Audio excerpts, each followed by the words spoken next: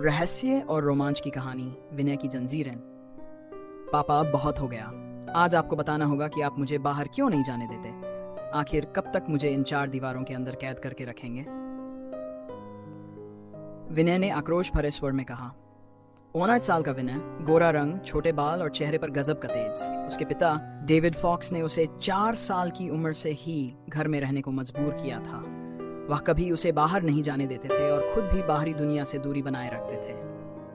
विनय का घर हिमाचल प्रदेश के एक सुदूर जंगल के बीच स्थित था।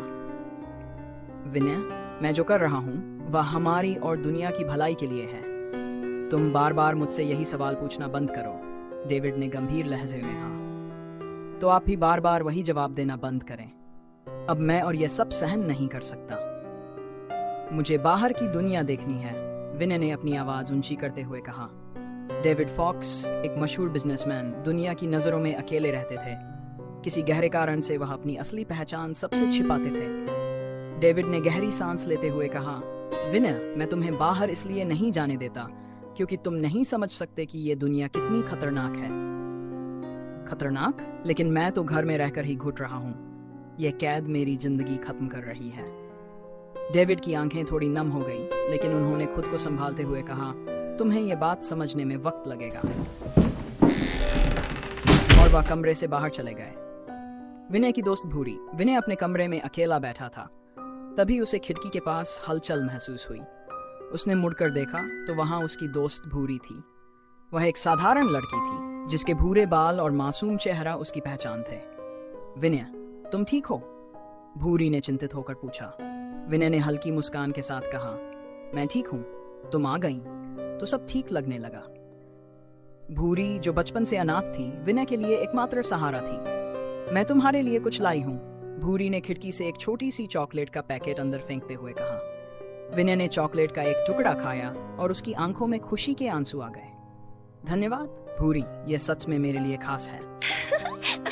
भूरी ने हंसते हुए कहा, तुम भी कितने अजीब हो, इतनी छोटी चीज में इतना खुश हो जाते हो। भूरी ने विनय को बताया कि वह आज काव्या नाम की महिला से मिली थी, जो एक प्रसिद्ध रिपोर्टर थी। काव्या ने भूरी से कहा था कि वह उसके सफेद भेड़िए की कहानी को दुनिया के सामने लाना चाहती है। क्या वह तुम्हारे भेड़िए को नुकसान पहुंचा सकती है? विनय ने चिंता व्यक्त की। मुझे नहीं लगता, लेकिन मैं सतर्क रहूंगी, भूरी ने आत्मविश्वास से उत्तर दिया। भूरी अपनी झोपड़ी में लौट आई और सफेद भेड़िए के साथ खेलने लगी। तभी काव्या उनके पास आई, लेकिन काव्या अकेली नहीं थी। उनके साथ 2 व्यक्ति काले कोट पहने हुए थे। काव्या दीदी, ये लोग कौन हैं? भूरी ने डरते हुए पूछा।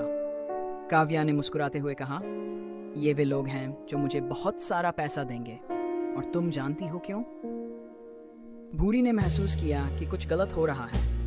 काव्या ने इशारा किया, भेड़िए को पकड़ो और इस लड़की को रोक लो। भूरी घबराकर भागने की कोशिश करती है, लेकिन गार्ड ने उसे पकड़ लिया। विनय का संघर्ष और रहस्य की शुरुआत। वहीं विनय अपने कमरे में जंजीरों से आजाद होने के लिए संघर्ष कर रहा था। भूरी द्वारा दिया गया ब्लेड उसकी मदद कर रहा था। कड़ी मेहनत के बाद वह जंजीरों को काटने में सफल हुआ। तभी दरवाजे की आवाज सुनाई दी। डेविड अंदर आए और गुस्से में बोले, विनय, तुम सुधरोगे नहीं, अब बहुत हो चुका। विनय ने गुस्से में जवाब दिया और ब्लेड से अपने पिता की तरफ बढ़ा। उसी समय जापान के एक ज्वालामुखी में हलचल शुरू हो गई। लावा की नदियों के बीच से एक भयानक शैतान बाहर आया। उसने कहा, अब समय आ गया है, श्राप समाप्त हुआ, अब कयामत आएगी। आगे क्या होगा? भूरी की किस्मत क्या होगी? विनय और उसके पिता के संघर्ष का क्या परिणाम होगा? यह लावा का शैतान कौन है और वह किस श्राप की बात कर रहा है? जानने के लिए पढ़ते रहिए यह रहस्य और रोमांच से भरी कहानी। विनय ने ब्लेड से अपने पिता की ओर बढ़ने का प्रयास किया। विनय के पिता ने उसके दोनों हाथों को पकड़कर उसे रोकने की कोशिश की, पर विनय के अंदर किसी अजीब ताकत का संचार हो रहा था। वह अपने पिता के साथ संघर्ष करने लगा। विनय, रुक जाओ, डेविड फॉक्स ने गंभीर स्वर में कहा। बहुत देर हो चुकी है पिताजी, विनय ने गुस्से में जवाब दिया। विनय ने ब्लेड को अपनी तरफ खींचा, जिससे डेविड का संतुलन बिगड़ गया। वह जमीन पर गिर गए और उनकी सांसें उखड़ने लगीं। यहाँ से मत जाओ विनय, रुक जाओ, डेविड ने दर्द से कराहते हुए कहा। फिर वही बात पापा, आखिर मुझे रोकने की वजह क्या है? विनय ने परेशान होकर कहा। रिधिमा, तुम्हारी माँ है, उनसे मिलो, तुम्हें तुम्हारे सारे सवालों के जवाब मिल जाएंगे। डेविड ने धीमे स्वर में अपने अंतिम शब्द कहे। विनय के पिता शांत हो गए। यह पहली बार था जब विनय ने अपनी माँ का नाम सुना था। वह सोचने लगा कि उसकी माँ कौन हो सकती है, पर अभी के लिए वह अंधेरे कमरे से बाहर निकलना चाहता था। विनय दरवाजे से बाहर निकला और खुले आकाश की ओर देखा। काफी सालों के बाद पहली बार वह खुले में सांस ले रहा था। भूरी, मैंने कहा था कि एक दिन हम दोनों यहाँ से कहीं दूर चले जाएंगे। जब मैं इस जगह से आजाद हो जाऊंगा तो वह वक्त आ गया है। भूरी, मैं आ रहा हूं, विनय ने धीमे स्वर में कहा। विनय जंगल के रास्ते से दौड़ते हुए भूरी के घर की ओर बढ़ रहा था। वह उससे मिलने के लिए बेसब्र था। उसे भूरी का घर याद था, जहां वह हमेशा बातों बातों में जाने का सपना देखता था। आखिरकार वह उस जगह पहुंचा, लेकिन उसका दिल दहल गया। भूरी के घर का दरवाजा टूटा हुआ था और उसके आसपास छोटे छोटे जानवर इकट्ठा थे। चिड़िया, खरगोश, मोर, बिल्ली, तितली आदि। विनय ने भूरी के घर में कदम रखा और आवाज लगाई, भूरी, भूरी, तुम कहाँ हो? भूरी जमीन पर गिरी हुई थी। उसके आसपास खून के धब्बे थे और वह बिल्कुल निजाल लग रही थी। विनय के दिल में अजीब बेचैनी होने लगी। उसने भूरी को उठाने की कोशिश की। विनय के सिर में तेज दर्द होने लगा। उसे कुछ अजीब महसूस हो रहा था। विनय की आंखों का रंग बदलकर हरे रंग का हो गया। अब वह हर चीज को अलग नजरिए से देख सकता था। विनय को भूरी के शरीर के अंदर धातु का एक टुकड़ा दिखाई दिया जो गोली जैसी लग रही थी। उसने अपने हाथ भूरी के पेट पर रखे और अपनी अद्भुत शक्ति का उपयोग करते हुए उस धातु को बाहर निकाल दिया। यह विनय की रहस्यमयी शक्ति थी, मैग्नेटिक और स्पेशल विजुअल। यह पहली बार था जब उसने अपनी शक्तियों का अनुभव किया। जिसने भी भूरी को तकलीफ दी है, मैं उसे ढूंढकर सजा दूंगा, विनय ने दृढ़ स्वर में कहा। वह सुराग तलाशने के लिए आसपास देखने लगा। तभी उसके सिर में फिर से दर्द होने लगा। ऐसा लग रहा था जैसे सैकड़ों आवाजें उसके दिमाग में गूंज रही हों। कुछ समय बाद उसका दर्द खत्म हो गया। विनय ने देखा कि उसकी आंखें सामान्य हो गई थी, लेकिन उसके कान छोटे हो गए थे। अब वह आसपास की हर आवाज साफ साफ सुन सकता था। विनय ने देखा कि भूरी के पास एक तितली बैठी थी। उसे तितली की हल्की सी आवाज सुनाई दी। विनय को समझ नहीं आया कि यह सब कैसे हो रहा है।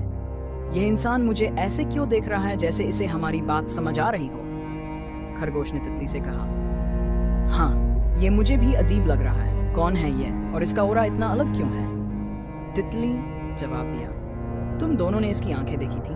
अभी कुछ देर पहले इसका रंग बदल गया था। यह सामान्य इंसानों जैसा नहीं है, बिल्ली ने कहा। चुप हो जाओ सब। मैं नहीं जानता कि मैं तुम्हारी बातें कैसे समझ रहा हूँ, लेकिन मुझे इतना बताओ कि भूरी को तकलीफ किसने दी है। चुप हो जाओ सब। मैं नहीं जानता कि मैं तुम्हारी बात कैसे समझ पा रहा हूँ, पर तुम मुझे बस इतना बताओ कि भूरी को किसने मारा? विनय ने पूछा। मैंने कहा था ना, ये हमारी बात सुन पा रहा है, खरगोश ने कहा। चुप एकदम, और जितना पूछा जाए बस उतना ही बताओ, विनय ने चिल्लाते हुए कहा। मैं बताता हूँ। कुछ दिनों से एक लंबी लड़की भूरी से मिलने आ रही थी। आज वह उसके साथ 2 और इंसान लेकर आई थी। उन्होंने अजीब से कपड़े पहने थे और उनके पास हथियार थे। उन्होंने ही भूरी को मारा है और वो जग्गू को अपने साथ ले गए, तितली ने बताया। अब ये जग्गू कौन है? विनय ने पूछा।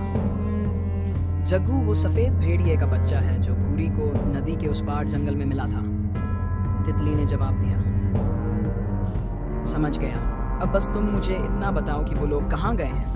मैं तुम्हें उन तक पहुंचा सकती हूँ, तितली बोली। ठीक है, तो चलो मेरे साथ। तितली उड़कर विनय के कंधे पर बैठ गई। विनय ने उसे उठाया और वहां से चल पड़ा। तभी छोटा काला खरगोश भी उनके साथ चलने लगा। चलते चलते वे जंगल के पार पहुंच गए। तितली रास्ता बता रही थी, लेकिन एक वक्त ऐसा आया जब उसे नहीं पता था कि वे लोग कहाँ गए। मैंने उन्हें यहीं तक आते हुए देखा था और यहाँ से वे अपने उड़न खटोले में बैठकर उड़ गए। पर तुम चिंता मत करो, मेरा परिवार बहुत बड़ा है, हम उन्हें आसानी से ढूंढ लेंगे, तितली बोली। तो तुम नहीं जानते कि वे लोग यहाँ से आगे कहाँ गए? विनय ने कहा। विनय उदास हो गया। उसे गुस्सा आ रहा था। गुस्से में उसने पेट पर मुक्का मारा, जिससे उसका हाथ पेट के तने में घुस गया। तितली और खरगोश विनय की ताकत देखकर हैरान रह गए। खरगोश विनय के सामने आया और पेड़ के ऊपर चढ़ते हुए बोला, शायद मैं जानता हूँ कि उन लोगों को कैसे ढूंढ सकते हैं। वो जो लड़की रोज भूरी से मिलने आती थी, मैंने उसे एक जगह आते जाते देखा है। एक बार मैंने उसका पीछा भी किया था। शायद वहां हमें उसके बारे में कुछ पता चल जाए। काव्या, तुम उसी की बात कर रहे हो ना? भूरी ने भी मुझे उसके बारे में बताया था। बताओ, तुमने उसे कहाँ से आते जाते देखा था? विनय ने पूछा। खरगोश आगे आगे चलने लगा और विनय को रास्ता बताने लगा।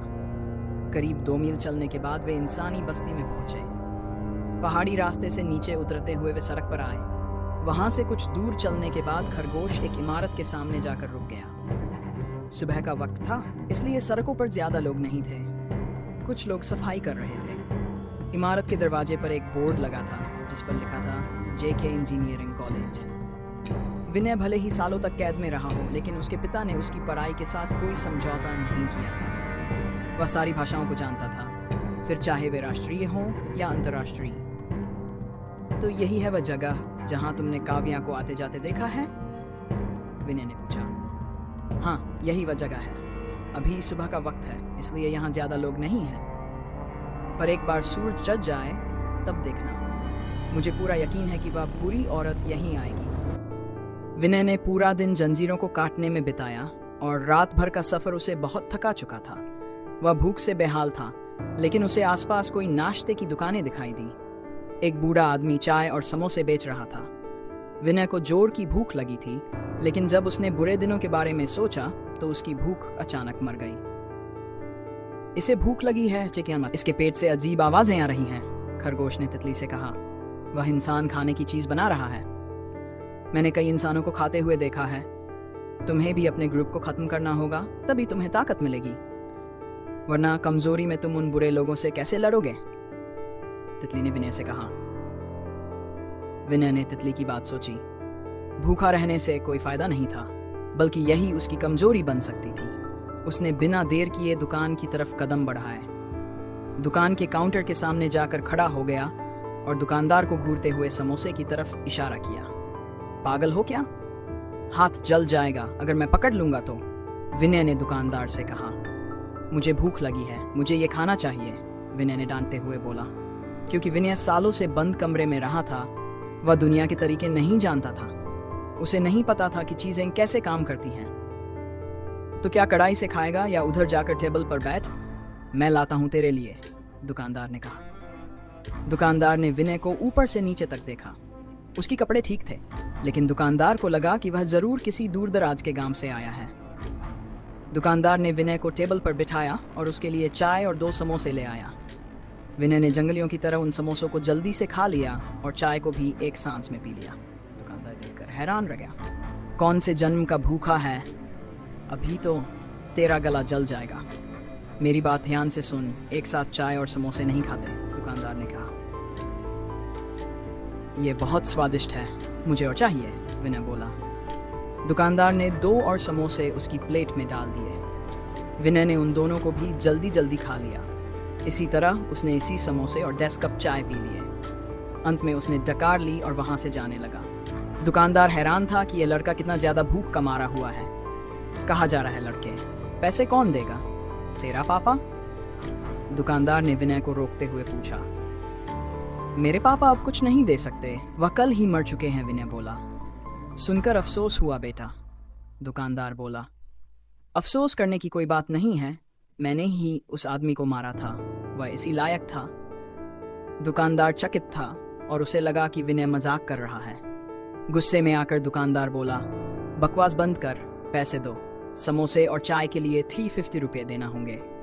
विनय ने सोचा कि दुनिया पैसों से चलती है और पढ़ाई के दौरान उसने कई बार पैसों का जिक्र सुना था, लेकिन खाने के दौरान उसे पैसे का ख्याल नहीं आया था। उसने अपनी जेब में हाथ डाला, लेकिन उसके पास कुछ नहीं था। विनय की जेब से एक मूंगफली का छिलका बाहर गिरा।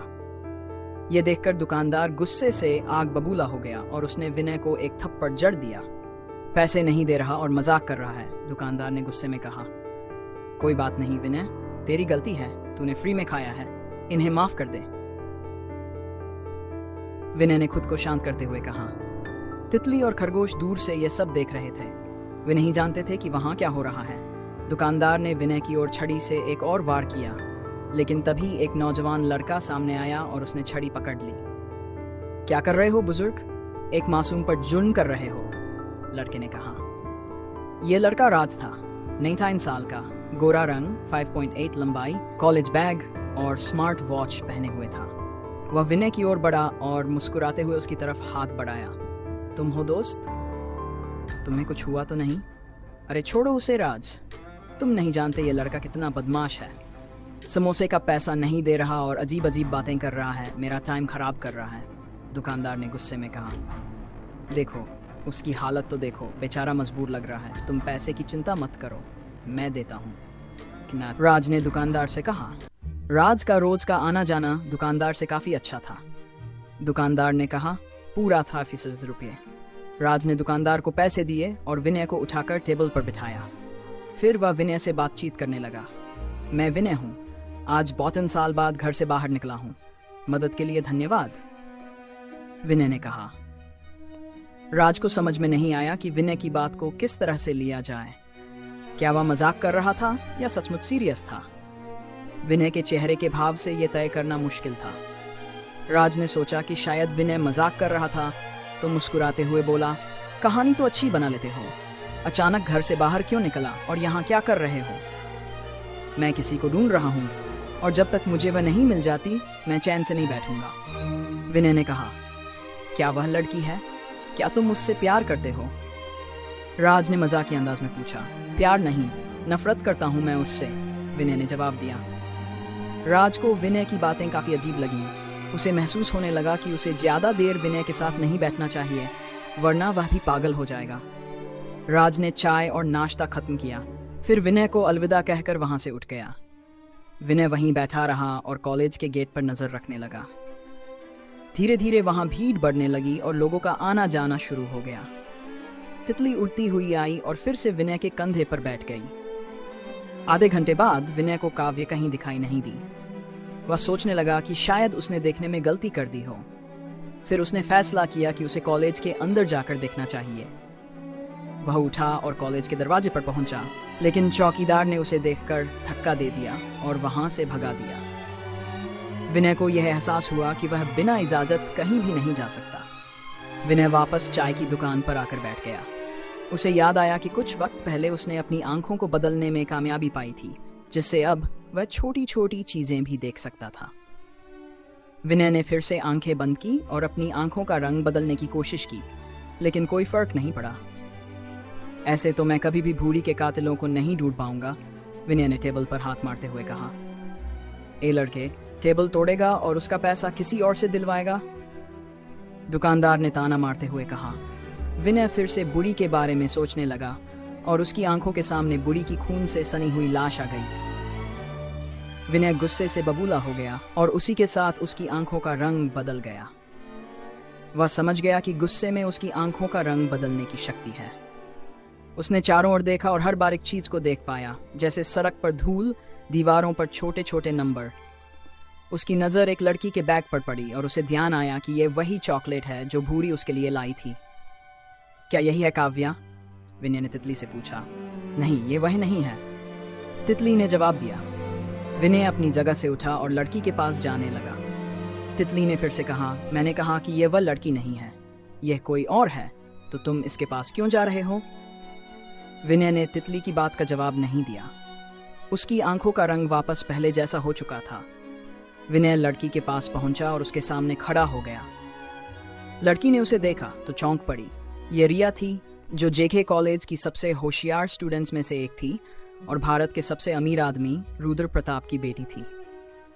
तुम जैसे गरीब और गंदी शक्ल वाले लड़के ने मेरा रास्ता क्यों रोका? रिया ने गुस्से में आकर कहा। विनय की नजर रिया के हाथ में मौजूद चॉकलेट पर थी। उसने चॉकलेट छीनी और एक बार में खा गया। ये देख रिया गुस्से से आग बबूला हो गई। रिया चांटा मारने ही वाली थी, लेकिन तभी उसकी नजर विनय के कंधे पर बैठी तितली पर गई। रिया ने तितली को देखा और उसे उंगली से दिखाते हुए कहा, क्या ये तुम्हारी दोस्त है? ये मेरी साथी है, खबरदार जैसे कुछ किया तो, विनय ने उसका हाथ पकड़ते हुए कहा। रिया ने विनय को पागल समझा और नजरअंदाज करते हुए कॉलेज के अंदर चली गई। विनय फिर से चाय की दुकान के पास खड़ा हो गया। करीब 4 घंटे बाद कॉलेज का दरवाजा खुला और स्टूडेंट्स बाहर आने लगे। विनय ने हर स्टूडेंट को ध्यान से देखा, लेकिन काव्या उसे नहीं दिखी। विनय मायूस हो गया। सभी स्टूडेंट्स के बाहर जाने के बाद उसकी नज़र फिर से रिया पर पड़ी, जो कॉलेज के बाहर खड़ी बार बार अपने मोबाइल को देख रही थी। वह किसी का इंतजार कर रही थी। रिया ने विनय को घूरते हुए कहा, कौन है ये पागल और मुझे क्यों देख रहा है? कौन है ये पागल और मुझे ऐसे क्यों देख रहा है? रिया बोली। रिया ने ब्लू जीन्स और वाइट टॉप पहना था और उसके बाल पूरे गुलाबी थे। वह बहुत प्यारी और खूबसूरत थी और कॉलेज के सभी लड़के उसकी तारीफ करते थे। लेकिन विनय उसे उसकी खूबसूरती की वजह से नहीं, बल्कि उस चॉकलेट की वजह से देख रहा था, जिसे उसने उससे छीन कर खा ली थी। विनय को उम्मीद थी कि उसके पास और चॉकलेट हो सकती है। विनय, वो आ गई। उस काले वाहन के अंदर है। मैं उसकी गंध महसूस कर सकता हूँ, खरगोश ने विनय के पास आकर कहा। पहले ये तितली इसके ऊपर से हटने का नाम नहीं ले रही थी और अब खरगोश भी आ गया। कौन है ये लड़का और इतना अजीब क्यों है? दुकानदार ने हल्के से गुनगुनाते हुए कहा। रिया ने सड़क के दाईं तरफ से आ रही काली कार को देखा और मुस्कराई। वह उसकी बड़ी बहन काव्या की कार थी, जो उसे पिकअप करने आई थी। कॉलेज के बाद उनका शॉपिंग जाने का प्लान था, लेकिन शायद आज उनका यह प्लान पूरा नहीं होने वाला था।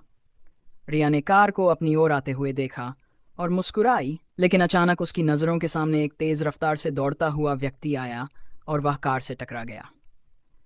कार का सामने वाला हिस्सा टूट गया और उसमें बैठी लड़की का सिर स्टीयरिंग व्हील से टकरा गया। यह विनय था। जैसे ही खरगोश ने विनय को बताया कि काव्या कार में है, विनय के अंदर गुस्सा और ऊर्जा का एक तूफान उठ गया। उसे अचानक एक अजीब शक्ति का एहसास हुआ और उसने कार की दिशा में दौड़कर इतनी तेज रफ्तार पकड़ी कि वह बिजली से भी तेज लगने लगा। विनय ने कार को टक्कर मारी, जिससे कार के कई हिस्से टूट गए। हालांकि विनय ने खुद को सीधा खड़ा रखा, लेकिन उसे भी चोटें आई थीं और उसके चेहरे पर खून बहने लगा था। दुकानदार ने विनय का नाम सुना और चौंक गया। उसका मुंह खुला का खुला रह गया। कुछ देर पहले वह विनय से लड़ रहा था और अब उसे वह ख्याल बेवकूफ़ी भरा लगने लगा। रिया घबराई हुई थी और डर के मारे उसके पसीने छूट गए थे। पहले उसने जोर से चिल्लाया, क्योंकि गाड़ी के अंदर और कोई नहीं बल्कि उसकी बहन काव्या थी, जो एक रिसर्चर थी और एक सीक्रेट ऑर्गेनाइजेशन के लिए काम करती थी। काव्या दीदी नहीं, रिया चिल्लाई। विनय ने कार का दरवाज़ा पकड़ा और उसे खींचकर अलग किया। कार के अंदर एक लड़की जख्मी हालत में पड़ी थी, जिसे टक्कर की वजह से चोटें आई थीं। यह काव्या थी और वही लड़की थी जो भूरी की मौत के लिए जिम्मेदार थी। विनय ने काव्या के बालों को पकड़ा और उसे कार से बाहर निकाला, फिर उसे कॉलेज की दीवार पर लाकर छोड़ा। काव्या की हालत गंभीर थी और उसे गहरी चोटें आई थीं। विनय ने उसे दीवार के पास खड़ा किया और उससे भूरी के बारे में सवाल पूछा। भूरी को क्यों मारा? विनय ने गुस्से से पूछा। रिया दौड़ते हुए विनय के पास आई। उसने विनय से अपनी बहन को छोड़ देने की गुजारिश की।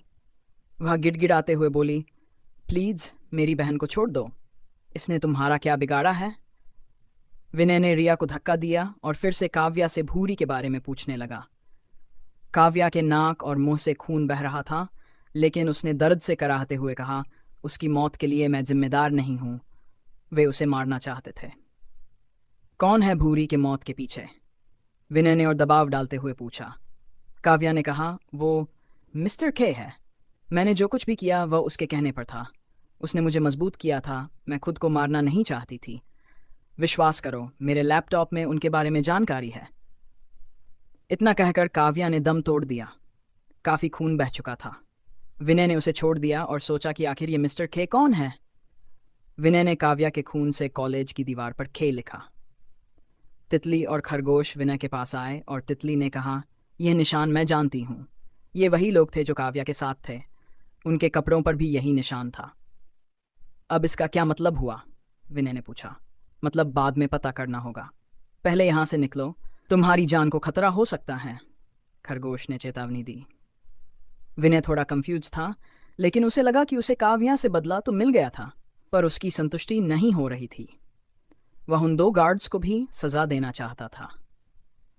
तभी पुलिस की गाड़ी का सायरन सुनाई दिया। पुलिस की गाड़ी आई और पुलिसकर्मी चारों तरफ जांच करने लगे। विनय ने खतरे को समझते हुए वहां से भागने का फैसला किया। वह चाय की दुकान पर गया और काउंटर के पीछे छुप गया, जहां दुकानदार डर के मारे चुपचाप खड़ा था और विनय को चुप रहने का इशारा कर रहा था। पुलिस ने एम्बुलेंस को बुलाया और रिया और काव्या को अस्पताल भेज दिया। पुलिस ने पूरे इलाके की जांच की, लेकिन विनय और खरगोश वहां से भाग चुके थे। पुलिस वालों ने एम्बुलेंस बुलाई और रिया और काव्या को अपने साथ ले गए।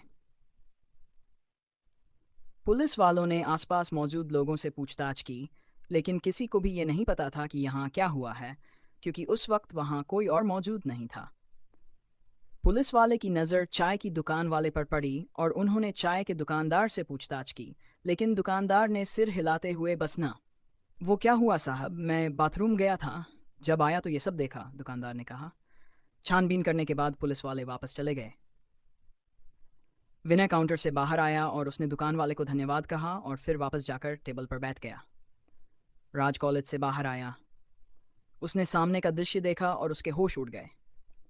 कॉलेज की दीवार पर खून लगा हुआ था और खून से खे अक्षर लिखा गया था। एक टूटी हुई कार भी खड़ी थी। राज चाय की दुकान पर आया और विनय के पास बैठ गया। उसने पूछा, यह क्या हुआ है? विनय ने धीरे से बताया कि उसने पहले कार को टक्कर मारी और काव्या नाम की लड़की को मार दिया, और खून से वही खे दीवार पर लिखा है। राज उसकी बात सुनकर जोर से हंसा, क्योंकि उसे विनय की बात पर विश्वास नहीं हुआ और उसने उसे यकीन दिलाने की कोशिश नहीं की। हाँ, समझ गया। अब सच बताओ, आखिर ये क्या हुआ है? क्या ये कोई एक्सीडेंट है? राज ने पूछा। मैं सच कह रहा हूं, ये सब मेरी वजह से हुआ है, विनय बोला।